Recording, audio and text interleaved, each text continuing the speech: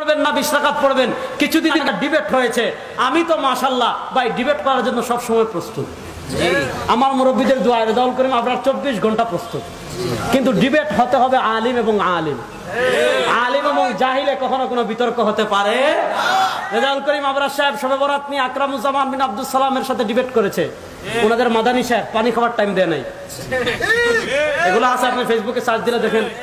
রেজাউল করিম আবরার সাহেব তাকলিদ নিয়ে হাবিবুর রহমান আজহারির সাথে ডিবেট করেছে, পানি খাওয়ার টাইম দেয় নাই। রেজাউল করিম আবরার সাহেব তাবিজ নিয়ে সাইফুর কি জানি আমাদের মীর মুয়াজ্জাম হোসেন সাইফির সাথে ডিবেট করেছে, পানি খাওয়ার টাইম দেয় নাই। রেজাউল করিম আবরার সাহেব সবসময় ডিবেট করার জন্য প্রস্তুত, কিন্তু খেলতে হলে খেলোয়াড় লাগবে।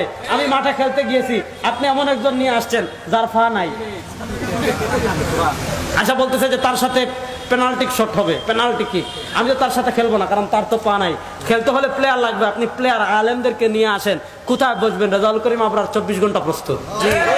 ইনশাআল্লাহ বলেন না ইনশাআল্লাহ। কথা বুঝেন।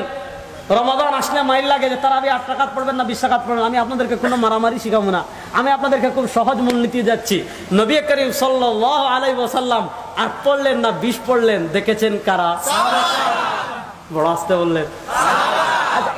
এটা যদি বিশ্বাস না করেন তাহলে আর কেমনে বুঝাম? এটা যদি বলেন না সাহাবারা দেখেন নাই, তাহলে তো আমি আর ওয়াজি করব না। আপনাকে বলবো কত টাকা লাগবে পাবনায় যেতে, আমাকে বলেন, আমি দিতে রাজি।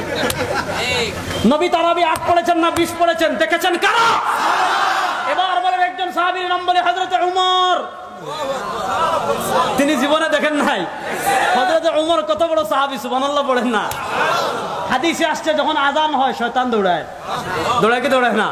একদিন হযরত বেলাল আযান দেওয়া শুরু করেছেন, আল্লাহু আকবার আল্লাহু আকবার। রাসূলুল্লাহ সাল্লাল্লাহু আলাইহি ওয়াসাল্লাম দেখেন শয়তান দৌড়াইতেছে, হাসতেছেন। হঠাৎ দেখেন শয়তান দৌড় দিয়ে সামনে গিয়া আবার বেক হয়ে এদিকে এসে এদিকে যাইতেছে। সুবহানাল্লাহ বলেন। নবী করিম সাল্লাল্লাহু আলাইহি ওয়াসাল্লাম ঘটনা কি রে? এই শয়তান এদিকে কে ঘুরলো কে?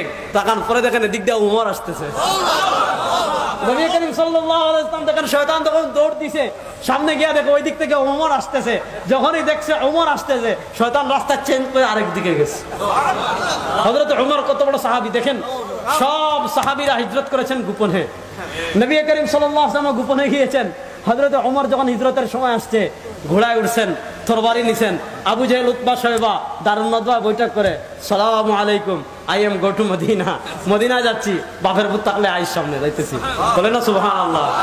হযরত উমর কত বড় সাহাবী। আচ্ছা এবার আপনারা জান উমরের ফজিলত সম্পর্কে কথা বলবো না, আমি আপনাদের কাছে জানতে চাই নবী করিম সাল্লাল্লাহু আলাইহি ওয়াসাল্লাম তারাবির নামাজ 8 রাকাত পড়লেন নাকি 20 রাকাত পড়লেন দেখেছেন কারা? মুখ খুলে বলেন। হযরত উমর দেখেছেন কি দেখেন নাই? হযরত আলী দেখেছেন কি দেখেন নাই? হযরত ইবনে মাসউদ দেখেছেন কি দেখেন নাই? আচ্ছা আপনারা বলেন নবী করিম সাল্লাল্লাহু আলাইহি ওয়াসাল্লামকে সবচেয়ে বেশি অনুসরণ করতেন কারা? মুখ খুলে বলেন। নবী করিম সাল্লাল্লাহু আলাইহি ওয়াসাল্লামকে সবচেয়ে বেশি অনুসরণ করতেন কারা? উরওয়াতান উরওয়াতান কুদওয়াতান কুদওয়াতান। নবী যেভাবে হাঁটতেন সাহাবা ইকরাম সেভাবে হাঁটতেন, নবী যেভাবে চলতেন সাহাবা সেভাবে চলতেন, নবী করিম সাল্লাল্লাহু আলাইহি ওয়াসাল্লাম যেভাবে ঘুমাতেন সাহাবা ইকরাম সেভাবে ঘুমাতেন, নবী করিম সাল্লাল্লাহু আলাইহি ওয়াসাল্লাম যেভাবে কথা বলতেন সাহাবা ইকরাম সেভাবে কথা বলতেন, নবী করিম সাল্লাল্লাহু আলাইহি ওয়াসাল্লাম যেভাবে যুদ্ধ করতেন সাহাবা ইকরাম সেভাবে যুদ্ধ করতেন। এইজন্য সাহাবারা আমাদের ঈমান। যারা সাহাবা ইকরামকে সমালোচিত করতে চাইবে এরা শিয়াদের কেনা দালাল ছাড়া কিচ্ছু না। যারা সাহাবা সমালোচনা করবে তারা কখনো আমাদের আপন হতে পারে না। সারা দুনিয়ার মানুষ তাদের সাথে সন্ধি করতে পারে, কিন্তু যারা সাহাবাদের সমালোচনা করবে তাদের সাথে আমাদের কখনো আদর্শিক ঐক্য হতে পারে না।